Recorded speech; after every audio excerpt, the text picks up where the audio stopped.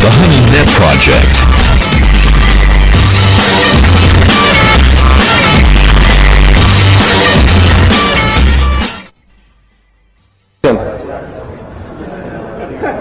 I think we got everybody coming in.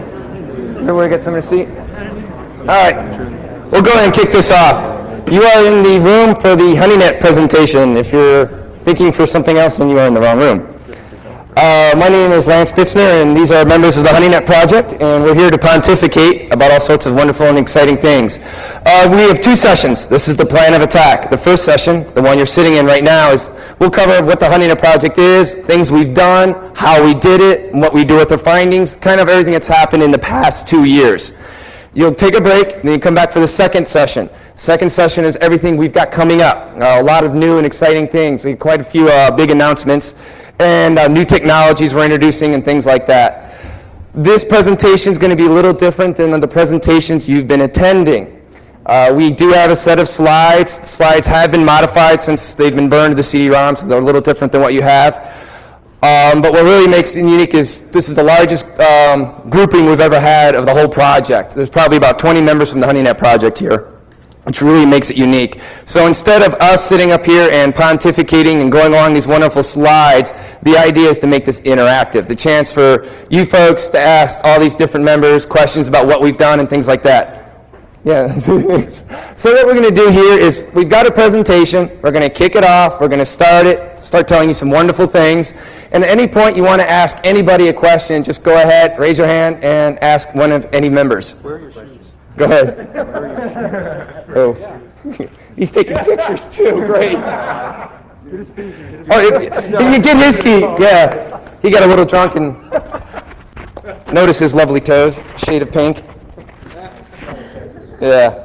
Anyways, before we start, like I said, what's really going to make this unique is many members of the Honeynet Project are here. So how about we go ahead, starting from one end and working down, we'll just introduce the members so you know who's where and what they do. So guys, just who you are and what you do.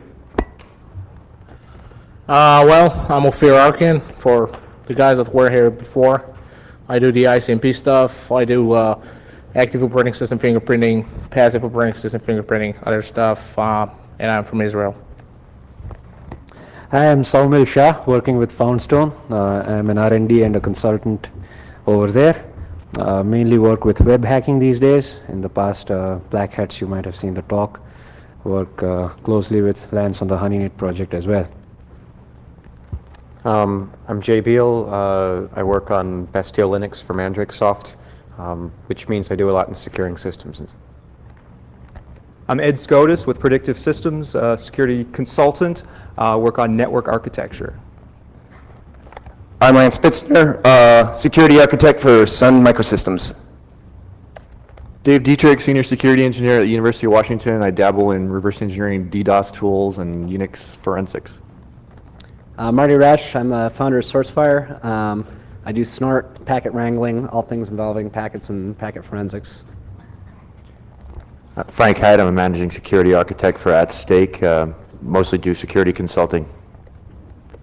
I'm Job de Haas. I'm from Amsterdam, Holland. I have a pen test company, and I enjoy, among other things, kernel hacking. I'm K2 from Vancouver. Periodically ethically compromise the Honeynet to spice up Lance's life. Oh, good one, dude. Hi, I'm Dr. Max Kilger, and I'm the teen social psychologist. We're friends. I'm John McDonald. I work for PGP, and I find bugs. I'm Jeff Stutzman. I'm with Cisco up in Boston. Yeah, what he didn't mention was he used to be a naval intel weenie. And then you're sitting off to the side, but you better talk about yourself. I'm Rob McMillan. I'm a Marine Corps officer currently studying at the Naval Postgraduate School, and I'm just tagging along. Oops, sorry. Okay, the idea here is I want to do as little talking as possible. We're going to try it. You guys just jump in whenever you want and stuff like that. We're going to go ahead and kick things off. One thing you probably noticed is there's a very big mix here. And there's actually quite a few members that aren't here. They'll probably be here in the second section. We got people from Israel, Canada, Where, Holland, even called our country, it's more like a state. Yeah, I know. 5 new exploits released for Solaris. But let's go ahead and kick things off. Okay, like I said, this is what makes this unique is this is the largest gathering of the Honeynet Project. Probably be more of us here this afternoon. This is not a monologue. We're not here to pontificate about all sorts of wonderful things. As you're going to see, our goal is to help the security community, so feel free to beat up, ask all sorts of questions. What? Too fast? No, all good. All good. Okay, what is the purpose of this session? To explain what the Honeynet Project is, how we work, what we're all about, and what we have found. What our research is based on is intelligence, gathering intelligence on the enemy, the black hat community. Here's 2 cute little quotes here on, my throat is going, on, you picked out the first one. Classical education. Yeah, there we go. Anyways, what these guys are saying is knowing the bad guys is critical. It's something we've been doing for centuries in the military. Just my background, I spent 7 years in the military, 4 years as a tank officer in the Rapid Deployment Force. So I have quite a bit of military experience myself, as so do quite a few members here. And the big thing we've learned is gathering intelligence on the enemy is critical. As Bruce Schneier was saying earlier, everything in security has been prevention, detection, and reaction. Well, we're about taking the initiative and gaining intelligence on the bad guys before they attack. And there's quite a few and exciting things you can do with that. If you guys want to jump in, feel free. Here is...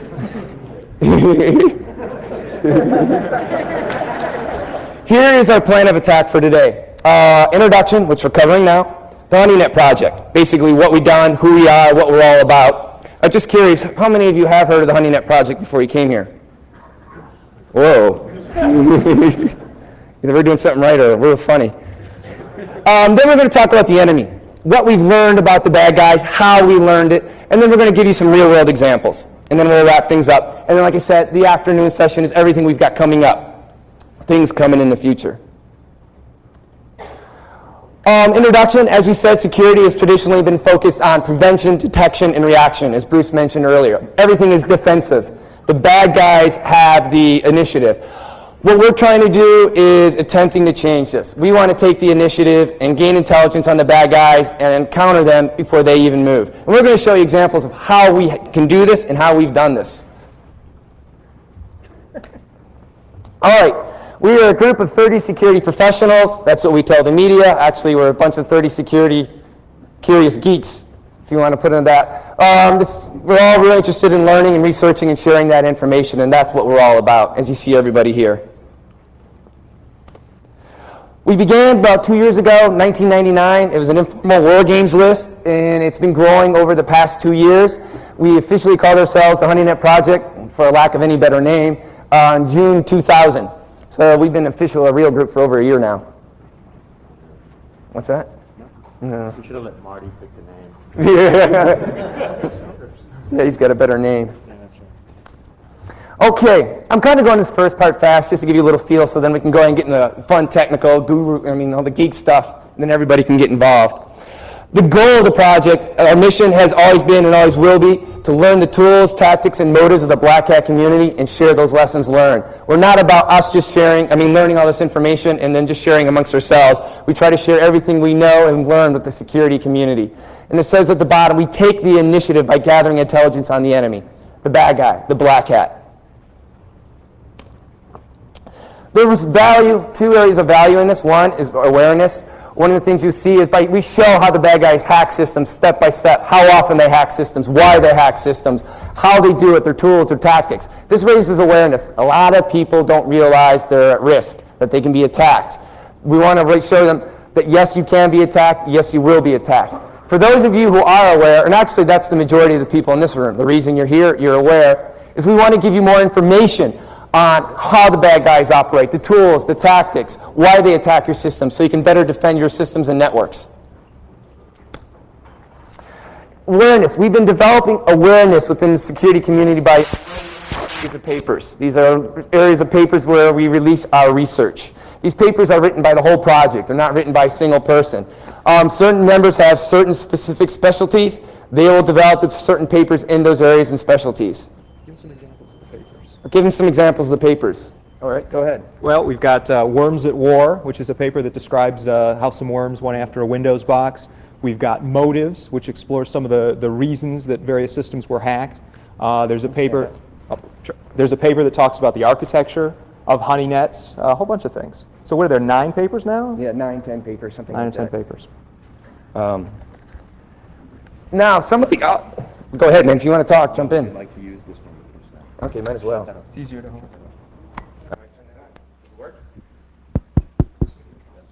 Okay. Ooh, there we go. Got to hold it closer, though.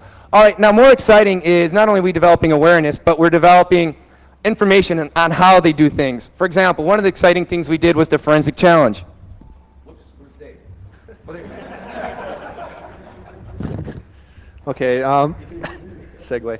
The forensic challenge was us taking a Unix system that was hacked in the wild, Linux in this case, taking the bitmap images of the partitions on that system, making them available to the community, and letting everybody do their best shot at trying to figure out what happened to the system and producing a good report, keeping track of time, all of those kinds of things. I did the same thing as an example of the kinds of stuff that I do. I think we had, 18 submissions, something like that. The largest one being a team of 3 people spending over 100 hours. That's it? Yeah. Any questions? Yeah, we got questions. What was neat about the forensics challenge? It was the first time it was ever done. The FBI and Department of Justice was excited because now they had information they could talk about because that's something they normally can't release to the community. Did anybody here take a look at the forensics challenge or attempt to? Okay, quite a few. Rumor has it if Dave ever gets time again, we might actually try another one. How much of their time did that take? Of your time? My time? Yeah. Over that month, I probably spent over 100 hours, and that was both doing an analysis. I think I counted 30 hours for the analysis, although I was doing some other stuff as well. Plus trying to get the judges, get the standards all set up. It was a lot of work, but it was pretty fun. You have 70 or 80 boxes at UW we could use for the next one, right? One thing too is with the project, we have absolutely no income, none. And everybody does this on their own time and volunteer. So, I mean, we all know how busy we are in the security community. So if he's blowing 100 hours on this, it shows you he's a hardcore geek.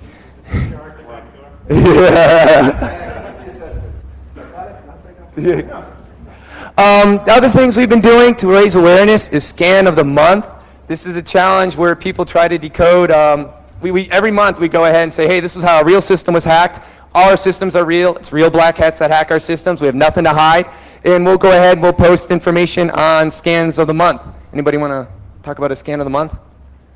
For example, this scan of the month, what we did is we posted the IDS alerts and the firewall logs for an entire month of the bad guys hammering our Honeynet. And the challenge to the community now is to go ahead and determine what the black hat activity is, trends, analysis, things like that. See, the problem is many of you in the security community can't release this information. If one of your computers got hacked, the last thing your boss wants you to do is image that hard drive and post it to the world to see how we got hacked, why we got hacked. That we have that advantage. So we posted the scans, we posted all sorts of stuff. Last month's was interesting because somebody's certain computer, oh, you want to talk about that? Last month's scan was interesting in that the last month's scan was particularly interesting because it was some rudimentary encryption on the file that was utilized in the kit, the root kit, and one of our members said, "Gee, that looks remarkably familiar." Just a little background on that one. The last month's scan of the month was, here's a rootkit. We found it in the wild. One of the files was encrypted. You need to go ahead and decrypt it, to challenge your encryption skill. So if you want to do it, go ahead, check it out, last month's scan of the month. We're all at CanSec West, an awesome, well, can we promote other conference? Okay, we were at a CanSec security conference a couple months ago, and one of the members on the team noticed one of their computers was hacked, and us being all sorts of geeks decided to look at the rootkit and decode the rootkit. And I'll let you tell the story. Or Marty, you were part of that, weren't you? I just did a little bit of All right, go ahead and tell them. Basically, this file's on the system. It looks like it's part of a rootkit. don't know exactly what it is. It looked kind of familiar. A few of us were poking around. I did my bit arithmetic incorrect at first, so it kind of got sidetracked. Decided that it was an interesting challenge. The person that actually, who won? Was it the one that you showed me? Yeah, a couple guys won. Pretty elaborate description of his techniques for going through and trying to do the decryption step by step. Rather interesting. Well, yeah, while we're sitting here looking at this thing, I had seen this before, and I said, URK, Universal Rootkit, anybody, you guys familiar with this thing? And Lance goes, oh, shit, K2 wrote it. They're like, dude. So our own members are writing code that are getting their boxes. Question, go ahead. Last month, did we see the leaves worm? The question is, last month, did we see the leaves worm come through the Honeynet? Right now, the plug has been pulled on the Honeynet. So no, we did not, because our Honeynet's not up. Why is the Honeynet not up? 2 reasons. One, for the past 2 years, the Honeynet has been 4, 5, 6 boxes sitting in my spare bedroom. In fact, I had a party at my place a couple months ago, and these guys came over and they look at it and they're like, that's it? And the problem we ran into is it's just a little ISDN line sitting off my spare bedroom at home, and I can't change IPs all the time. All the black hats, all the good black hats know my IP addresses. I mean, you've caught IRC sessions where people are talking about it and stuff like that. So all we're getting is the script kiddies, and which is good information, but after the 10th time to hack it, and they use the same tools, same IRC channels and all that stuff, the information is worthless. So we pulled the plug on it because we're really not learning anything else. Now we're going to start doing fun and exciting things with through Honeynets. We're getting out of my spare bedroom, my wife gets off my case, and we start doing some new and exciting things, and that's what we'll be talking about in the next session. Long answer to your short question, no, we didn't get it because the plug is pulled right now in the Honeynet. And then once again, the Know Your Enemy series of papers, we release everything. We release source code, all sorts of good stuff. And the papers will show you just how do the bad guys hack a Solaris box, how they hack a Linux box. And what's fun and exciting is, like about 5, 6 months ago, one of our Linux boxes was hacked by what's called the named NXT exploit, something Horizon's a little familiar with because he wrote it. So the nice thing is that's why we have so many people in the team, is to go with the expertise. If I have a problem with ICMP, I don't look at it. Ophir, help with the ICMP. Somebody's talking in Urdu, Samuel, just go ahead and do the translation. There's quite a breadth of expertise on here. And actually, people ask me, well, working in the Honeynet project, you really must be sharpening your skills. My technical skills have gone to the toilet. I mean, think about it, oh, gee, forensics. Dave, help! Or, no, I'm having problems with snort. Marty, help! So, but there's an incredible breadth of different skill sets here. And that's one of the things we found. These systems would be hacked, and we needed help from different people. And everybody here represents a different kind of skill set. Like I said, if you got questions, shoot as we're going along here. You got a lineup of geeks. For the forensics challenge here, there's the URL at the bottom. All the analysis has been released. If you want to download the images and practice your own forensic analysis, go ahead. Question? I was wondering, since supposedly statistics show that insiders are the biggest hackers or the ones getting your, have you ever decided to go, Sun's got a big network, right? And I'm sure you can change that behavior. All right. I want to remain employed, so We do model the insider threat. That's why we have K2.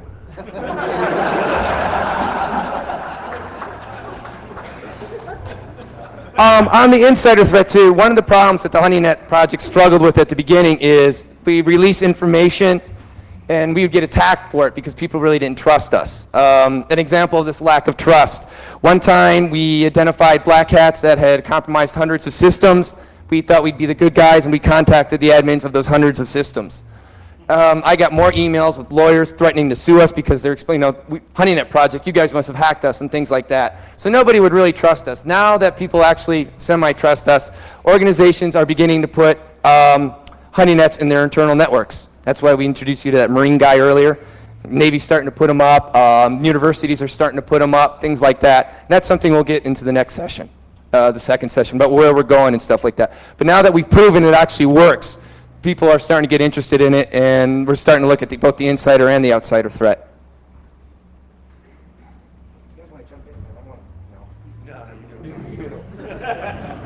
Yeah.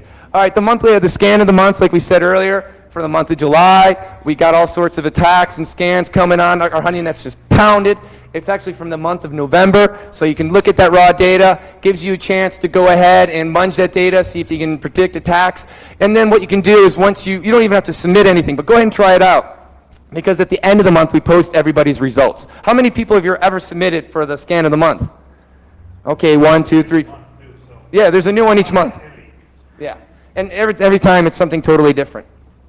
So you make something just, all you can do is learn, and then we'll post who we think who the top entries were. You can learn from them, and then we, the project, try to post the answers ourselves. And then the Know Your Enemy series of papers, once again, there's the URL at the bottom. Okay, now I'm going to start jumping in a little more technical and stuff like that, and guys, jump in. Honeypot concept of honeypot is nothing new. It's been around for quite a few years. Introduced by guys named like Cliff Stoll, Steve Belvin, some of the other guys with Burford. The idea being honeypots are not a new concept. The idea behind a honeypot is normally a system's built with the intent to be compromised. But traditionally, it's been emulated. They emulate processes, services. Deception Toolkit is an example. CyberCop Sting is another example. You just build a box and emulates a bunch of things. Here are some examples. We got Deception Toolkit, Spectre, Mantrap. If you want to look at them, go ahead and try them out. Wonderful. They have great potential in doing specific things. However, it's something that we, the project, is not looking for. A Honeynet's a little different. A Honeynet, the two big differences are, one, it's an entire network. It's a real network. It's multiple systems. We don't emulate 5 systems. We put 5 systems in there. It can be anything you want. It can be an LTE switch, Linux Red Hat server, web server, Solaris box, Cisco router, anything you want. 2, nothing is emulated. They're the real systems. What we do is we put these Honeynets out there. So a network of production systems. We just sit and watch them. Take a couple boxes, put them on the internet. Same kind of boxes that are sitting in your organization. If you do a default install of Solaris, we have default installs of Solaris, things like that. So what we learn applies to your organization. As we stay here, nothing is emulated. Nothing is made more insecure. We don't have to worry about that. We don't have to do it. The systems tend to come bad as is. So we don't go ahead, let's go ahead and start all these services so that makes the system more insecure. In fact, sometimes we'll go ahead and we'll make systems more secure. And that's the direction we're going. We'll cover that later. What's the value of this? Since nothing is emulated, everything's production, the bad guys have real systems, so whatever we learn with our systems applies to your networks. The bad guys can get on there, get a command prompt. Question?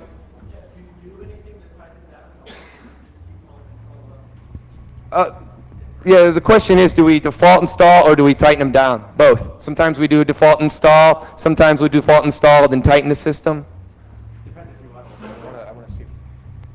Just, okay, so I'm a new member, I guess. So one of the things I want to see if we can explore is actually see what happens if we try to perform all best practices and still, and give somebody something to go for, are people still getting through? And I think that'll be really interesting to see.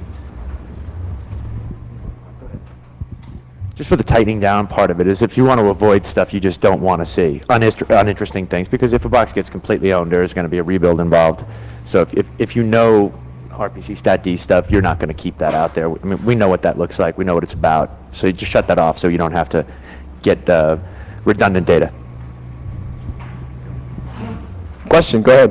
You keep saying nothing is emulated. Have you ever thought of using VMware or virtual machines? You can roll the disks back so you don't have to rebuild. The question was, like, what about VMware? The advantage being you have, real operating systems running virtually. What's that? Yeah, well, things like that. We have people that are researching that. That's something we're looking into. But one of the things we like about just using standalone systems is something like Dave's Forensics Challenge. If we do a forensics on a VMware box that's emulating a bunch of systems, it's a little difficult. Secondly, right now we get VMware only with the x86 architecture. With MIPS Spark, we don't have a choice. One of the things is we don't want to scare people away really quickly. I mean, a semi-sophisticated attacker is going to look at the ARP cache when they get on the box, and the thing is there, even if you're in the emulated environment, you're going to see those weird ARP entries, and you're going to, that ARP bridge, the VMware ARP bridge, and you're going to know you're on a VMware emulated box. But by that point, they're already on the box. Well, okay, the question is the point is they're already on the box.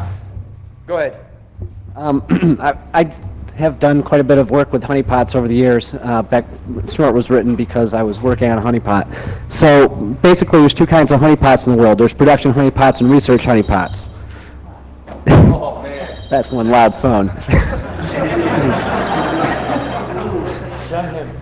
the guy who thinks what shirt, be sure to harass him. So anyway, there's two kinds of honeypots in the world.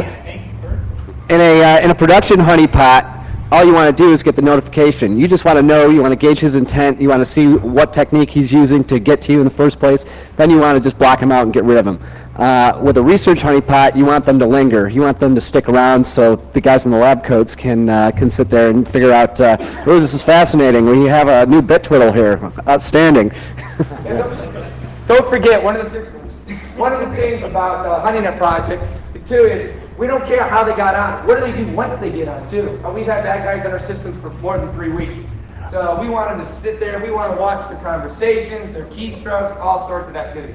That's where the fun happens. We got examples of that later. Exactly correct. The true fun happens with IRC logs. And we're going to have our IRC decode expert, Samuel Shaw, go into this later. We see how some guys decided to take out his country. So not only was he decoding it, but he was like getting into it first.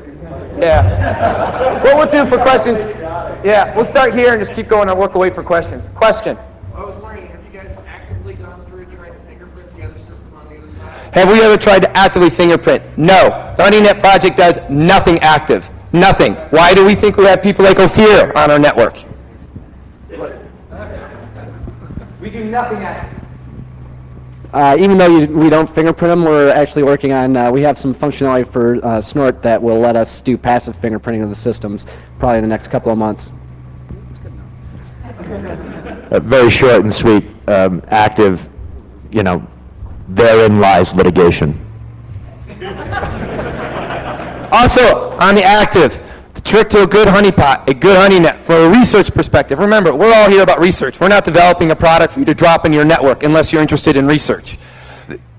Real quick, on research, the thing is the bad guys must never know they're on a honeynet. They must never know they're on a honeypot. If you start going active, they scan you, you scan them, they might know something's up. So everything we do, and we'll go into that later on, we passively capture everything so they never know they're on a system, unless we actively let them know. Question? To preserve the illusion, do you do things like run bogus web servers on the boxes and generate, bogus login traffic, emails, things? So in other words, you're talking about social engineering. That's why we have a psychologist. Well, yeah. If it doesn't look like a good box, if it looks like if it's a script, I don't know. If it doesn't look like a real life box, if you don't have traffic going, things like that, you're going to have problems. So I think what we're going to do probably, one of the interesting things about the Honeynet is that the only traffic that's going out that's there is bad traffic. And so we don't have to filter stuff, but we're going to add traffic and then keep track of it. So that what we'll do is we'll have our pseudo traffic, and we'll have the bad guys traffic, and we'll just filter it out, and then we'll be able to see who's got what. Another short point is that we do want to put some pseudo web applications. We want to put some web servers up there. We want to see some other stuff. A lot of things are happening at layer 7. A lot of actually interesting things are happening. So we'd like to model that. And another thing we tried on this, how do you make it real? We actually do real. For example, RFP, Rainforest Puppy, gets all sorts of NT attacks. For a while there, he had a sign-in guest log on his website. You click here, and you get to sign in his guest book. You're really signing into one of our honeypots. When you clicked on that, you hopped to one of our honeypots. He got hacked. We got it. We caught everything. So you can actually include a production system within your Honeynet. Question, go ahead. How do you reconcile the issue of being attacked and then being used as a launch point to attack other systems? Is that what you guys will need? Liability situation? Yeah, we're going to be covering that in a couple slides. That's the entire trick to the Honeynet. Because we allow the bad guys to do everything they want, we create a high-risk environment. We do a variety of steps. The question is how do you stop the bad guys once they hack your system to hack other people? We take a variety of steps. We're going to be covering in that. And what's more exciting is in the second section, we're developing new generation Honeynets to even take this farther, which Dave Dietrich will be talking about. So that is one of the reasons why we don't want people to run out and say, oh, this Honeynet concept is so cool, let me just slap it up my internal network. Oh, boy. Do you want to tell you a little funny story? A little funny story, you set it up and got hacked before you did. All right, here's a funny little story. My funny little story, we first set up our Honeynet at the, in a lab at the Naval Postgraduate School shortly after I saw Lance here at a SANS conference, and maybe 4 or 5 hours after we just hooked it up to the internet, it was hacked, and it started scanning 3 Class B networks. So part of what Lance is going to start cover out later about containment is pretty important. In other words, what Rob is saying is his Honeynet got hacked, and the guy was scanning before he even finished setting up their Honeynet.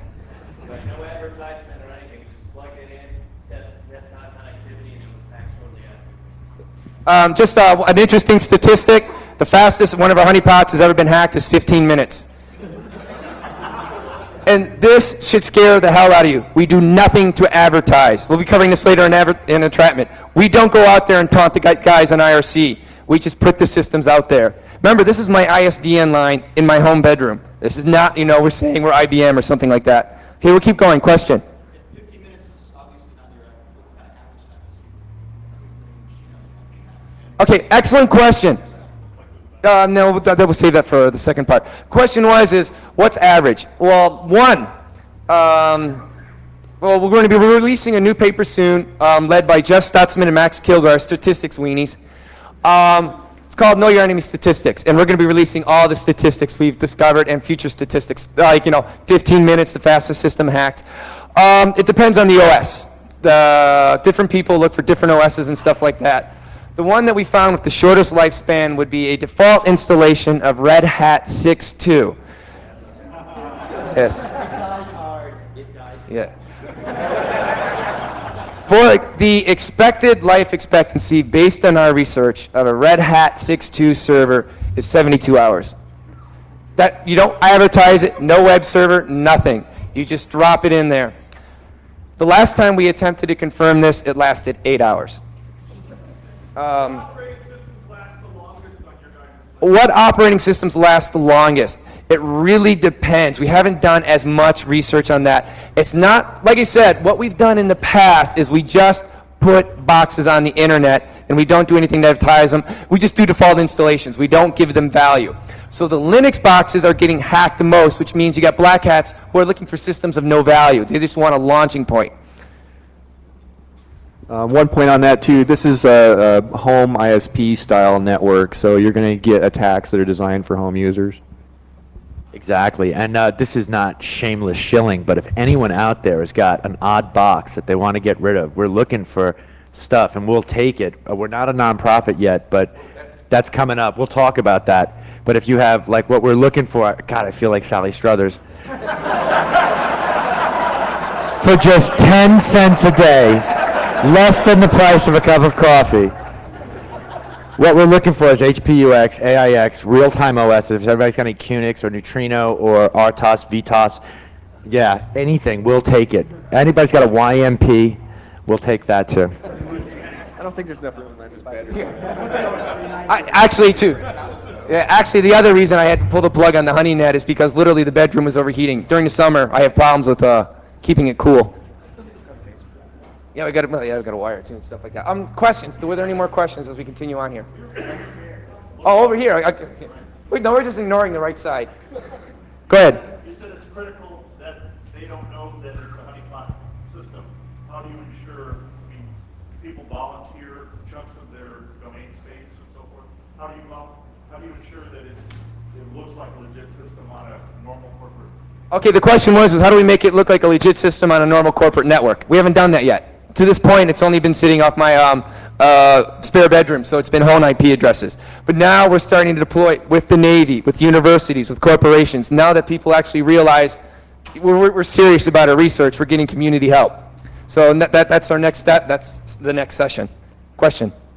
So you basically set these boxes just out there in the open. You don't have any type of layers. Okay, we'll be talking. You're getting more into technical details. A couple more slides. All right, we're going to drive some more slides here. Okay, possible uses, intelligence gathering. That's mainly what we're all about. Testing an environment. You want to test an app? Drop it in a Honeynet. Incident response, deception, and deterrence. As we'll be talking in the second session, intelligence gathering is our primary goal. We'll get to your other questions, but we want to move on here in a little bit. All right, entrapment.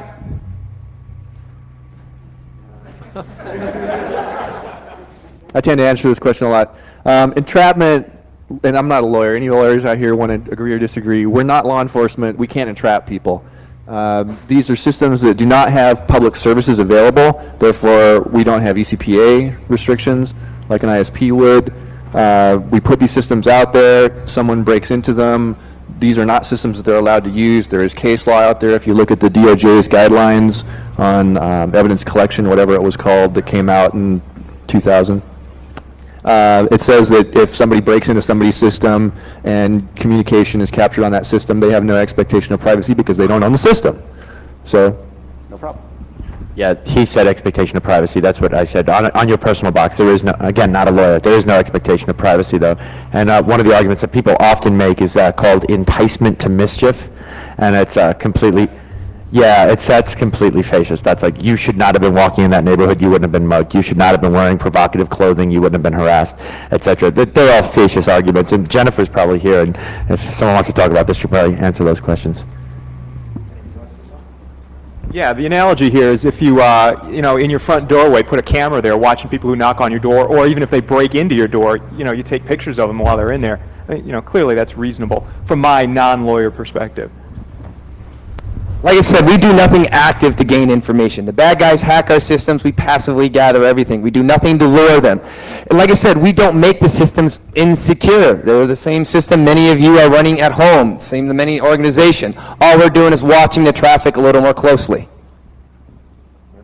The next question that people usually ask after that is, so you're watching these guys do these things, when do you cut it off? And we do cut it off as soon as we know that there's something going on that is starting to get out of our control.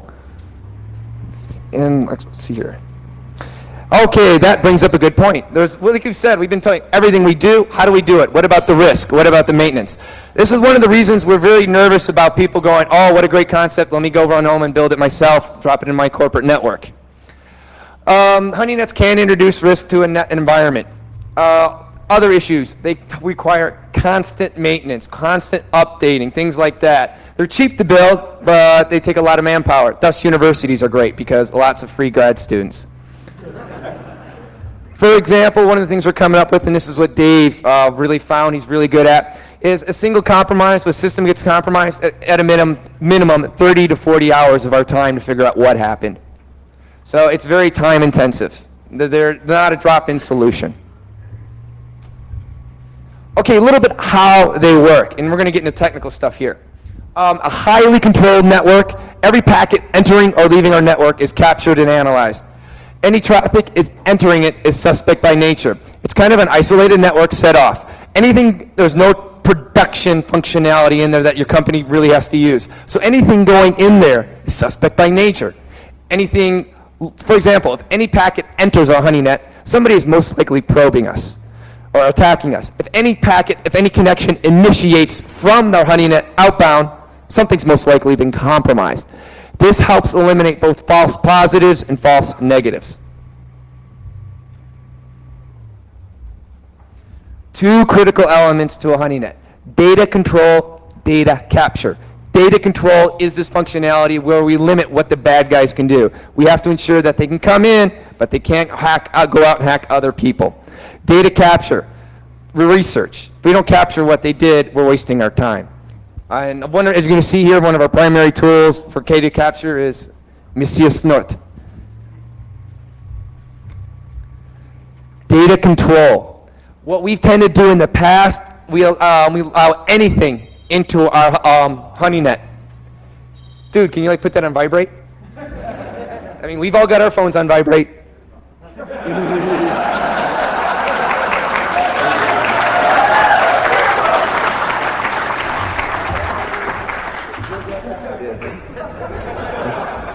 At the end of the day, we have an auction.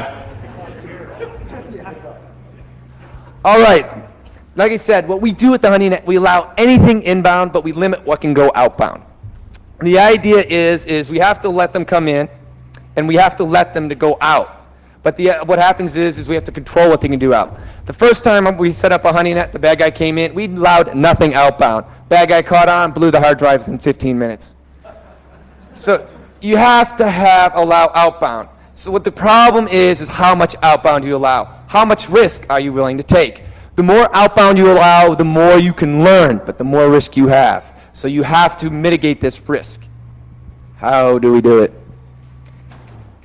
Oh, here's an example of an email alert. When one of the honeypots gets hacked, we get an email alert. How do we know when a honeypot's been hacked? One of the ways we know is if it attempts to initiate a connection outbound.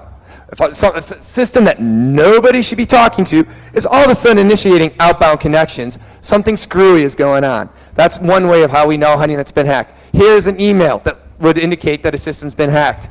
In this email, you see under source, if you look in the middle, it says source, date, time, source. The victim, say victim 7, that means it's honeypot number 7. And all of a sudden, he's FTPing out to a website. This is a very common way we know the bad guys hacked one of our systems. So this is our alerting mechanism. Data capture. As you're about to see, we capture data in a variety of layers also. We use firewall logs, router logs, IDS. IDS is, like I said, one of the most critical elements we have. System activity, keystroke logging, and one of the big ones also is forensic analysis. No single layer will provide all the information you need. Also, you have all those layers running, I guarantee you at least one of them is going to be broken every time a honeypot gets hacked. You have to have layers, redundancy, because something's always breaking. Hard drive space filling, processes mysteriously dying, all sorts of stuff. So you have to have this redundancy of layers because something's going to just barf. Yes. Here's an example of us capturing keystrokes. This is what you see is syslog entries to the far right are the actual keystrokes. Here you see an evil guy going ahead and doing all sorts of things. Notice the command to the bottom right, pico, FTP access. Many a kitty have never, VI just blows their mind. You don't know what it's like to see a dollar sign crop and then someone types CE:/. Capturing keystrokes is one of the best sources of information, and entertaining. What's very interesting is this goes into a flat file. I mean, you try to get alerted as soon as possible when a bad guy gets hacked. When your honeypots is hacked and you're alerted while you're awake, you can go ahead and do a tail -F on this file. You're watching the keystrokes in real time. What's that? Oh, I'm sorry, question. Okay, good question. When we publish this information, do we sanitize? It depends. When they do minor stuff, things like that, or the IPs of people have scanned us, no. When we start talking about credit card numbers or, critical infrastructure systems, yes. If the cracker finds out that there's some logging going on and suspecting goes after your logs, what do you guys do? Okay, the question is what do you do if the bad guy sees these logs? To date, to the best of our knowledge, nobody has ever been able to figure out they're on a Honeynet unless we let them know, or B, nobody's been able to use our systems to attack anybody else. But we would love to have somebody go after the logging servers and such. That would be an indication somebody's a little bit more sophisticated. We're going to show that in a minute how we do that. Exactly correct. Yeah. And hopefully in the future we'll probably integrate one more phone and I'm going to snap! Snap! Oh, Andrew, get out! What we hope to do in the future is more sophisticated stuff like core SDIs, modular syslog, and secure syslog. Then it's fairly problematic. No one is going to be able to, quote, go after your log, end quote, but they could conceivably do something to the logs. But at least from that point backward, you have good data. And that would be clearly indicative of a serious problem. We just disconnect those people. We have no problem with disconnecting. We're not really a production system. Okay, I'm going to take a question here in a minute, but we're going to be holding off on this slide right here for a while because this slide details, it looks boring, it looks simple, but it covers the heart of a Honeynet, how we capture data, how we control data, things like that. There was a question. Question, go ahead. When you let hackers know that you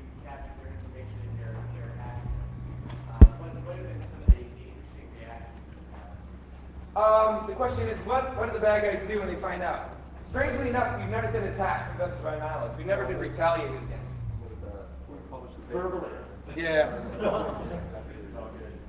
Yeah, probably one of the most unique incidents of when the bad guys found out is Samuel is going to be covering here probably one of our best intelligence gathering situations.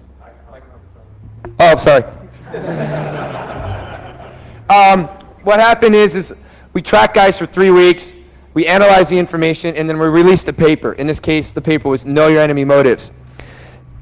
We were still tracking the bad guys when we released the paper. We were going to see how long it took them to figure it out. Yeah, it was 4 hours. So this really shows you how fast the black hat community can. In fact, didn't you capture some IRC companies? Yeah, we sort of analyzed that IRC stuff. Yeah, but K2, didn't you capture? Yeah. I don't know if you want to talk about this. Yeah, there were just some guys. Yeah, it was just kind of funny, you know. I was just chilling on IRC and everything, and then some guys start talking about how their buddies are in this paper, and it was, I don't know, just kind of funny. It happened within just a couple hours after the paper was released. Anyways, we know that they found out it was them because the reason we know it's 4 hours is because mysteriously their connection and all their communications with the system ceased within 4 hours. Wham! They just terminated everything. And they left us a nice friendly little message, but I can't say that here because we're being taped.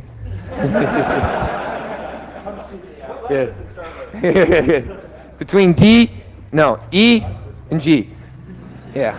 There was a question. I was wondering from the psychologist if you've ever done some of the words, you know, when you look at the IRC chat, and you're trying to profile exactly who these people are, the age group, you know. Sure, that's actually Jeff. So he's a profiler. He's the profiler, and I'm more the social guy. So I'll let him answer that. Oh boy. When you're going through the IRC logs, there's a lot of things that'll actually tip you off to, for example, how old somebody is. When he says, "Oh, my mom's coming, got to go back to bed." So that was an easy one. There was another segment where one of the guys, one of the actors, we'll call him, had tried to impress a girl, and he couldn't do it, and he claimed to be a Fed, and then he had to go back and prove to her that he wasn't a Fed. So he basically, you knew this guy was a kid, but he turned out to be 300 pounds or something. So we figured he was a 17-year-old, 300-pound kid touching his keyboard with one hand, and we'll leave it at that because we're being taped.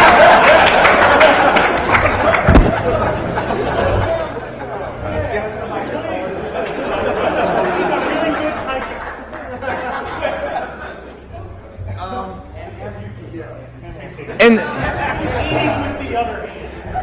what we were going to do when we get in the second session after this is for the more human side. Like I said, a lot of people have been able to find the tools and the tactics of the bad guys, but rarely do we get the motives. And that's why we have a psychologist, a profiler and stuff. We're going to show, we have some resources in the second session where we detail these guys profiling and do psychological analysis on the people. That's why we want them hanging around on our system for weeks on end. You can learn all sorts of good dirt. All right, I'm going to jump in here. Let me go ahead and start a little bit with the Honeynet breakdown. And Dave, do you want to talk about it? Or I'll start, and then guys can jump in. What you see on the screen is the Honeynet. It's what we call our first generation Honeynet. It's out of date now. We're going to be talking in the second session about second generation Honeynets. This is the first generation Honeynet. What I'm going to do is we seem to have more people on the over here. I'll point out things, but what you see is a firewall segmenting 3 networks. Are we in trouble? This is a firewall. It says firewall. It is segmenting our Honeynet into 3 networks. You have the internet on top, you have what's called the Honeynet off to the side, and then you have the network here. The idea is you let the bad guys come in, hack the Honeynet, and then you control what they do out. The firewall is one of the primary means of doing it. The firewall rule base allows anything in, but eliminates initiating connections outbound. What we have done is we say any system in the Honeynet can initiate only 5 to 10 connections out to the internet. Sometimes we change it. We do that with dynamic rules on the firewall.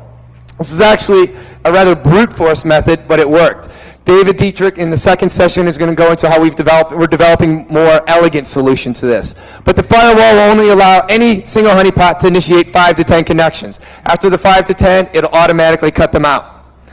So basically what happens, the bad guys get on board. If they try to scan, probe, destroy, denial of service anybody else on the internet, the firewall will block it. But the 5 to 10, if maybe they just FTP, initiate IRC out and stuff like that. So we give them enough room to start some initiating connections out to the internet, but we control how many up to a limit, a certain number.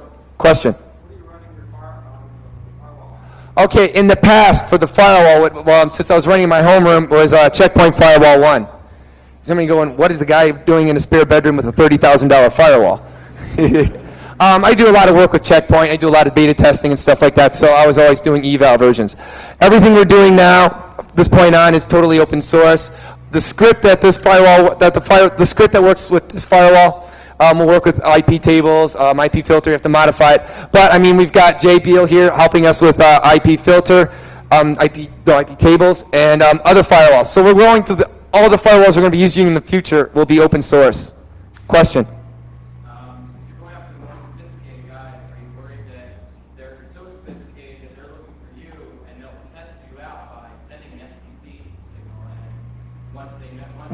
I see where you're going. How are you going to go after the more sophisticated guys? We'll go over that in the next session, where we're going. Go ahead. Question? Is that what you're saying? All right, there's a question.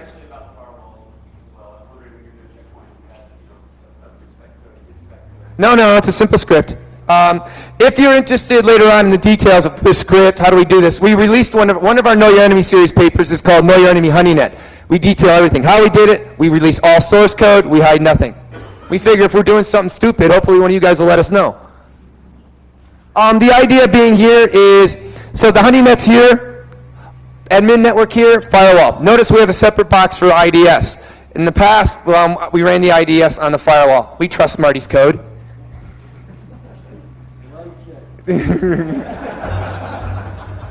The idea being is this: Spark box, Linux box, NT box, syslog server, firewall. Anything going through the network, the firewall logs and the IDS logs. So we capture all the activity. What happens on all the systems is they record all their activity to the remote syslog server. So if you hack the Linux box or NT box, all the keystrokes, all the activity, all that stuff's getting piped over the network to the syslog server. No data is stored on the NT box or on the honeypots. Bad guys hack it, they find that data, then either they know they're on a honeypot or they blow that data away. Either way, we lose. Do you guys want to jump in? Oh. Now, the syslog server. The syslog server is actually also a honeypot. The idea is this: the bad guys hack one of these easier systems, default Linux, default NT, default Solaris. But they hack those systems. If they're pretty good, maybe they'll realize they're on a syslog. There's a syslog server. So many times the bad guys will go after a syslog server. Syslog servers are more heavily armored, so hopefully you'll start seeing more sophisticated tools. Some of you going though, you guys are idiots. Why are you keeping your syslog server on the Honeynet? Shouldn't you keep it on a protected network? What happens if your syslog server gets attacked and they successfully hack it? We say beautiful.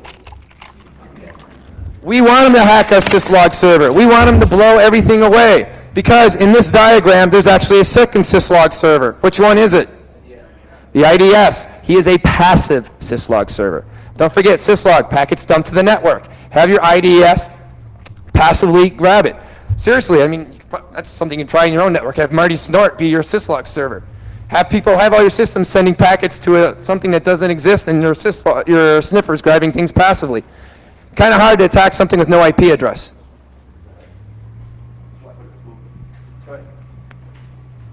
It's a paper I put together on nswc.navy.mil, like whack tilde shadow, something nutty. We'll put it on the Honeynet page if you want to see a paper on just how to do exactly what Lance said.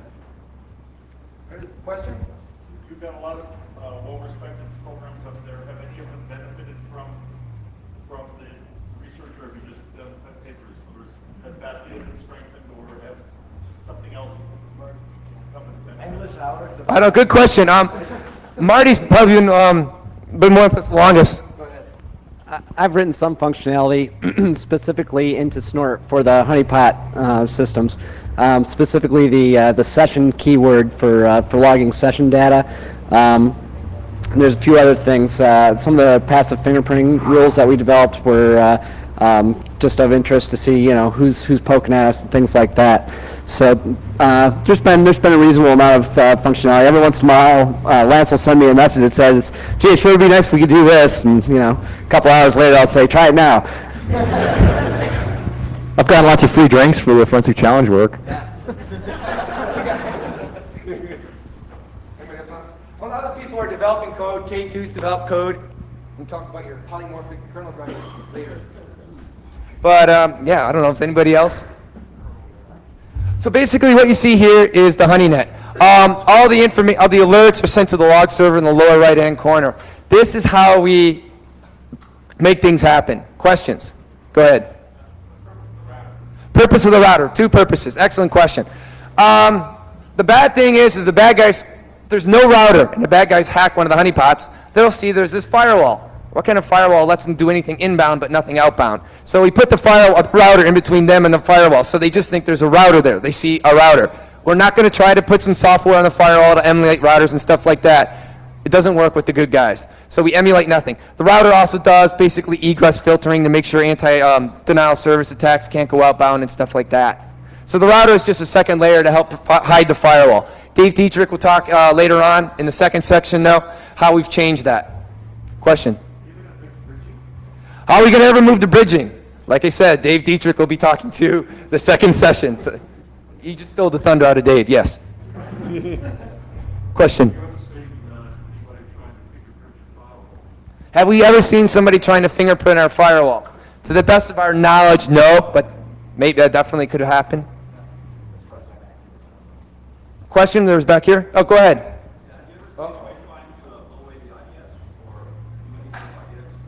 Have we seen somebody go after the IDS or doing anti-IDS attacks? Not really. That's the problem, though, of these systems sitting off a home network. You're not getting the best and the brightest. You're just getting guys who want IP addresses. What we really want to do is go after the more sophisticated black hats, and that's how we're going to be going after the second session. Besides, Marty's code is so good that nobody could spoof it. I want to add on the firewall question. If you are not blocking your firewall from generating ICMP error messages, well, I might be able to fingerprint the firewall. Because the firewall using its own stack and not the system he pretends to, spoof the error message for. So do 2 rules basically with firewalls. Protect the firewall from any traffic to it, and do not allow the firewall to generate any ICMP error message. But yeah, based on Ophir's research, we modified a rule base just because of that, because he didn't want the firewall sending out ICMP error messages. Are there any more questions?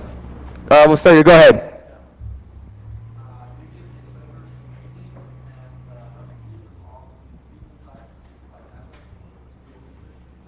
How do we, the domain names. Sometimes we give them names, sometimes we'll make up names. The question is, sometimes we'll register domain names. Like I said, in the past, we haven't done too much social engineering. In the future, we're going to start really registering some good domain names, because maybe we want to be an e-commerce site, stuff like that. Once again, second session. There was another question. Go ahead. Which countries do you find most of the bad guys come? I got some stuff on that, but go ahead. That's like a really tough question to answer, because a lot of people are semi-sophisticated in proxy. But I could speak from my naval experience. It was always, quote, countries with interests contrary to our own, end quote. So use your imagination on that. There's some very fascinating stuff coming out of like the .ro domain, the .ru domain, the .cn domain, and Canada.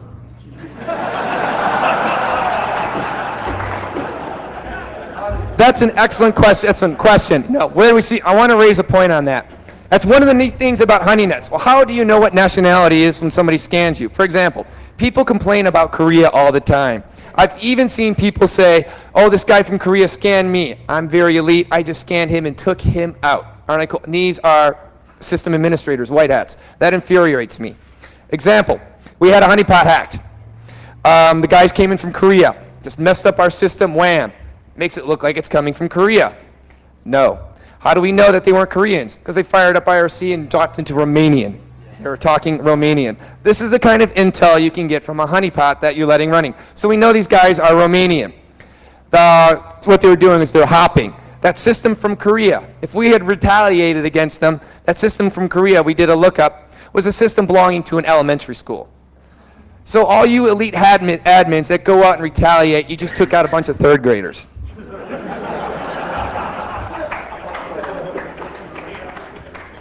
Yeah, another point on that is that you know, even though you kind of have to discard the source IP address a lot of times when you're doing the analysis, is understand that, you know, even the sophisticated hacker is only going to have a certain pool of sites that they're going to jump through.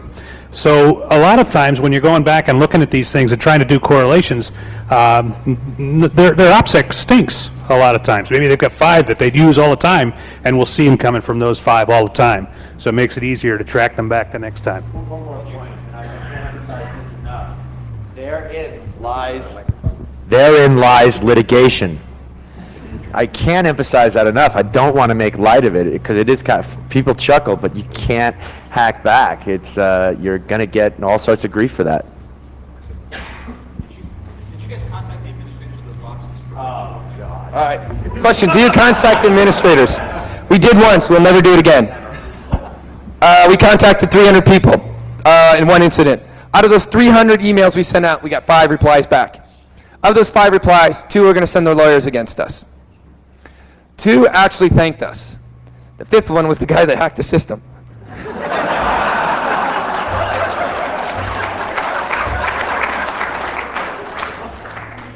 We don't do that anymore. What we do is we forward all information to both NIPSI and CERT.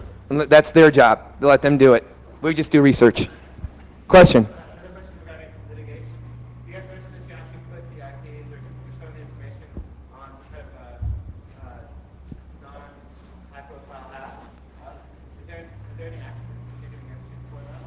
Hasn't happened in 2 years. The question was, is we post a lot of times the systems that hack us. We post the IPs. Do we get any litigation against us? Not to this point.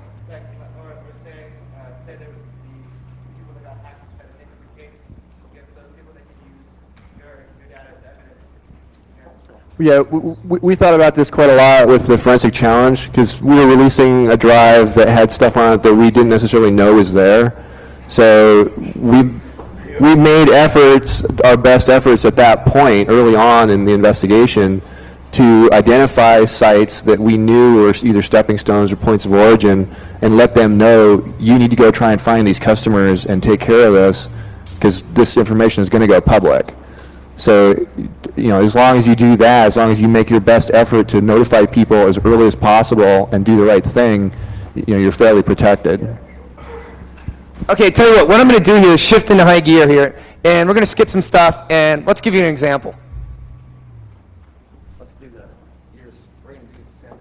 Social engineering, we'll talk about that later. Honeynet summary, yeah, it's great stuff. The threat, we're releasing a paper on this, just some statistics. This isn't, you don't believe you guys have this page. Windows 98 honeypot, we were going to show that, but we're running out of time.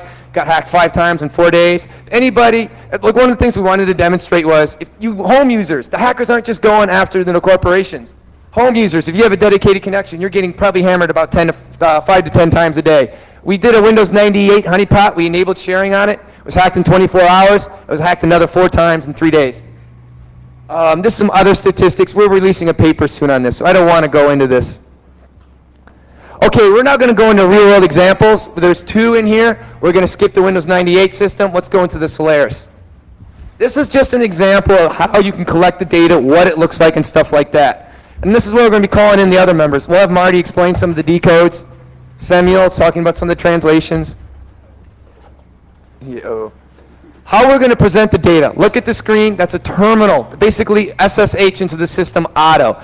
Auto is one of my forensic systems. We have all this data on there. So when you see the system here, auto, that's not the hack system. That's just the system with the data on it. For example, we did an LS. This is the contents of a rootkit. So when you see the system, that's the system where just the data is retained on. All right, we're going to skip the Windows system. You can read that. It's also our Worms at War paper. You can find that online. Okay, compromised Solaris system. For those of you who have read the paper, Know Your Enemy Motives, this is one of the better examples of the intel Honeynet can give you. Not only are you getting their tools, not only are you getting their tactics, but you're capturing their motives. You didn't write this exploit, did you? Tool talk database. Who wrote that one? Who wrote that one? I recall something. No, I didn't. All right, just making sure one of our. Okay, this is a year ago. We did a default installation of Solaris 2.6. So if anybody out there running Solaris 2.6 default installation unpatched, you're vulnerable to this. Of course, this was a couple years ago. So if you're running unpatched Solaris 2.6, you've got greater problems. In this case, we're going to show you step by step how the bad guys came in, how they exploited the box, and what they did once they exploited the box. What's very interesting is they used us as an IRC bot relay. So all their conversations and all their friends' conversations was relayed through our system. We did not go out and capture their conversations. We sat back and just monitored our own traffic and got their conversations. Okay, it was the box was exploited by a remote RPC service exploit. In this case, the Tool Talk database service. Here we see. Did you want to go up the screen and talk about your snort alerts and all that stuff, or you just want me to? You go ahead. The guy wrote it, so I'll let him talk about it. Well, let's see. We got a syslog alert out of Snort here. You see the IDS 241. That's the tag into the Arachnid's database to look up backing information. But you can see Snort's alerting us here to a buffer overflow, TTDB buffer overflow on Solaris, coming from 192.86.78.12. going to our internal machine on 32.775. Yeah, well, so what you see here. Oh, okay. Yep. And so what, actually, let's go back up there real quick, so the IP address in this case is not sanitized. So that's the real IP address that hacked us. Notice the source port. What's the source port tell us? He's got root on the system, because it's below 1024. So basically, we got a Solaris exploit. We've just been notified in real time to this because of this mighty fine IDS system that our system's been hacked. Real-time notification is important. Okay, then what this exploit does is the purpose is to create a root shell on this system. He wants access.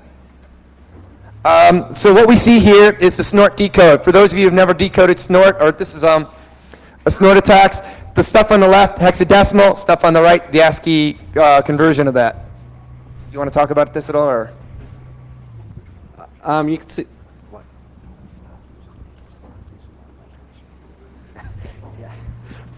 For crying out loud, stop putting your root shells on 1524. You've got a standard Solaris buffer overflow here. You can see, is this compressed or something? Did you snip it? It looks like it was snipped down. Yeah, you can see the no-op sled here, the 81C 4011s. Those are your no-ops on Solaris. You can see a standard RPC query at the top. Then you get into your no-op sled and your shell code, and then you hit your they're popping off bin K shell here, and then putting a new entry onto the classic port 1524 into etsy.inetd.conf. So they're setting themselves up a backdoor into the system at this point. The rest of the Snort information, you can see the source and destination IPs still coming from port 878. Push back, you can see that this session's been established in sequence numbers and stuff like that. It's pretty standard buffer overflow, really. It's definitely Solaris. You can see that Solaris no-op sled pretty clearly in the dump. So what the guy's done here is he's created a new inetd configuration file, he's restarted it. So now he's got, based on this new inetd file, he's got a port listening as root on 1524, because he set it up as root. He creates two accounts, UID 500 and UID 0. Anybody can explain why a black hat would create two accounts? Why doesn't he just create one account as UID 0? Exactly, he can't go in as UID 0. He's got to go in as, by default, by default, Solaris does not allow you to tell him that in as UID 0. This is very common if you come in this way. What you see here is keystrokes. This is Marty's session breakout functionality. What Snort will do is if it sees keystrokes, ASCII, it'll dump in a flat text file for easy to read. And what you see here is he's created two accounts. What's the password on the accounts? Yeah, there are none. That way he doesn't have to remember. Like I said, these are the real keystrokes, real bad guy. Oh, okay, once he creates these accounts, he takes control of the system. All right, what you see here are his keystrokes. You see him at the top. You can see the term set, Linux, so you know he's coming in from Linux. He's logging in as RE, then he has to use the root. R. Once again, remember, he's created these accounts. The first thing he does is he creates a directory. What's unique about this directory? Go ahead. Dave's seen this about 1,000. Go ahead, tell. About what? About this hidden thing. Okay, so this is fairly common. Somebody creates a hidden directory in dev. In this case, dot and dot are going to show up in an LS listing. Most people, they're just going to breeze right by that. Some sysadmins won't even know how to get past the fact that there's a space in there. It's true. They love it. If you can't do that, they know that they can stay in your box for a long time. Yeah. By the way, Dave Dietrich's in charge of the largest Honeynet in the world. University of Washington. His university has given us great data. Okay, and at the bottom, you see one of the first things this guy does, get sun2.tar. This is their rootkit. It's very common. First thing, dude, so what he's doing, boom, I've got access. Boom, I've got root. Boom, create hidden directory. Change into that hidden directory. Well, I don't know if you want to call it hidden, but, and then they get their rootkit.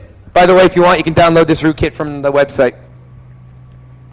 All right, once the rootkit is downloaded, he installs it. You can see it's fully automated. This is what you can see in the rootkit. You see replacements for things like netstat, ps, ls, bind, things like that, replacing the binaries. So this is not a kernel level rootkit. Remember, this is about a year ago. We've just now started seeing the kernel level rootkits in the past 6 months with our honeypots. Notice Pico. Like I said, once again, VI blows their mind. Solaris does not come about Pico, so they had to download it for their own personal use. This is also a nice example of the quality of code in rootkits. When I saw this, and Lance asked me to look at it, and I saw that program called Fix, and I went in, it's a binary, but I looked at it, and it's a program I wrote in '91. It was my first hacking program for CentOS 4, and it doesn't work at all for Solaris. And I don't know, it's still in the kits out there, and it's in all kits. Think about the mindset of the person how to port Pico to Solaris. We move on. All right, everything's automated. Why is it automated? A, it's faster. B, they don't really have to worry about how to install it. So how do you install this rootkit? You type setup. Exactly what happens here. You see at the top, they untars it, and then he goes ahead at the bottom, he types setup.sh. So we go ahead, and that launches it. Let's go ahead. What's it do? Actually, this is not a bad rootkit in the log cleaning. It's not sophisticated, but I don't know if Dave wants to talk about it all. But you see it going into the actual binary log files and wtemp, utemp, stuff like that, and it's removing them, stuff like that, taking out the entries. So he's trying to hide the fact that they were ever on the system. Is this common? Do you normally, Dave, do you normally see him blow the logs away or try to clean the logs? One of two things is done usually on a system that gets rooted with these kits. Either they run a program that selectively takes out entries, hiding where they're coming from, and most of the time the information about what they're hiding is on the system, so you can figure that out even though they've taken it out. And the other option is they'll just go in and blow away all the log files, just RM, so you can recover those with tools like Corner's Toolkit. If you get it in time, which is more common. I see a little of each, and it depends on the mentality of the person that's coming in, their skill level, or what kit they're using. All right, the script continues. What's the script do now? It fixes the holes. He's patching your system. He's killing the processes that got in it. Why is he doing that? Because he knows how aggressive his buddies are. He doesn't want his buddies getting his real estate. A lot of time, hacking's all about real estate. The more boxes you own, the more real estate you have. You see, is this common too? You see this a lot? Yeah, I've personally seen guys RPM download the latest RPMs to patch the system, things like that. Look at the forensic challenge reports. The guy had I don't know how many RPM files. Some of them were for the wrong architecture, so they backed certain things out and they broke. But I mean, they were like trying to clean up everything on that Linux system. Did you want to say something? These little things that go out and secure the system after they gain access, you're seeing a lot of that functionality added to worms, because of course you take over, you don't want another worm to blow you away once you're on there. And I tell you, I think some of these worms, like the lion worm that fixed the RPC stat debug and such, fixed more problems than actual system administrators, humans out there. These things just rampantly run across the net and break into the systems and then try to secure them. So. What you didn't see, because the script didn't have an output, like I said, what you were looking at there were the actual keystrokes. Once again, what you're seeing here is Marty's session breakout functionality. Things you didn't see the script do, replacing login, PS, LS, netstat, your standard binary replacement rootkit. Okay, and the fun part, what they decided to do is decided to set up IRC bots on our system. For those of you who aren't too familiar with IRC, K2, you want to explain an IRC bot? Wake up.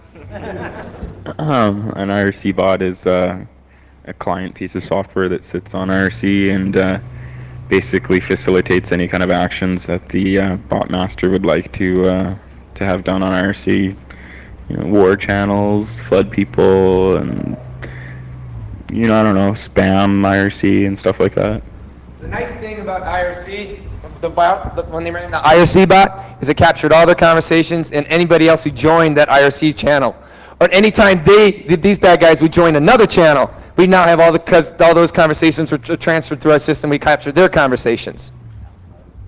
Oh yeah, and we discovered quite a few interesting things. First of all, here's our keystrokes starting up the bot. Nothing too exciting. Let's go ahead and blow through those. There's the configurations. But what was unique is here we say 2 weeks. We actually captured 3 weeks of their information. I'm going to let Samuel talk about it a little bit. Reason being is this group was from Pakistan. They had decided to target India. Samuel happens to be Indian. So he also speaks both Hindi and Urdu. So he was able, a lot of times the hackers dropped into Urdu. So Samuel was our translator. But a little interesting story is we tracked these guys for 3 weeks. We saw them doing all sorts of evil things. We eventually had to get the FBI involved because we saw so much evil stuff happening. Normally we don't involve the FBI. Bad guys hack our systems. We don't care. Nobody else cares. And why get the FBI involved? However, they were hacking hundreds of systems. Samuel started going into some more of the evil things they were doing. So we handed it over to the FBI. Interesting side story, when we handed it over to the FBI, they're like, oh, this is interesting, nice kind of stuff. But they're attacking India. We really don't care, but we'll take it anyways. A couple months later, this very same group hacked into the Navy, NASA, National Observatory, all sorts of government infrastructure. Fermilab. FBI came back really interested. Really interested. No, that's right. That was him. Right. Well, He was working government. He's the one that did the analysis. So yeah, actually they did NOAA and Fermilab, and what's really cool about this group of highly skilled political idealists, they were one router hop away from the world's third or fourth largest concentration of supercomputers in the world. This is a fact, and all they did was deface the web page. Right on.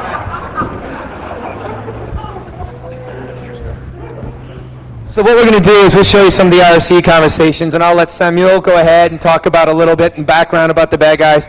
And then what's really interesting is Max Kilger, a psychologist, was able to do a psychological profile on these guys. And then what Jeff did over there is he profiled them. In other words, if you wanted to figure out who these guys were and wanted to go after them, it's amazing. You go through, and he was able to pull just bits of information, and then he narrowed it down to 300-pound, 17-year-old Pakistani living in Kashmir. I think he even had his phone number. Yeah, we're going through the IRC logs, and this is Samuel, by the way, but Going through the IRC logs, and we kept seeing YAR, YAR, YAR, YAR, YAR, YAR. And then the best quote in the entire IRC was a translation from Samuel that says, YAR equals dude. All right. Actually, I've just been told we have 4 minutes left. So what we're going to do is this. We'll go ahead and take a break. Come back when you're supposed to come back. We'll finish up on the IRC stuff, let these go as analysis, and then we're going to go into what we got planned in the future.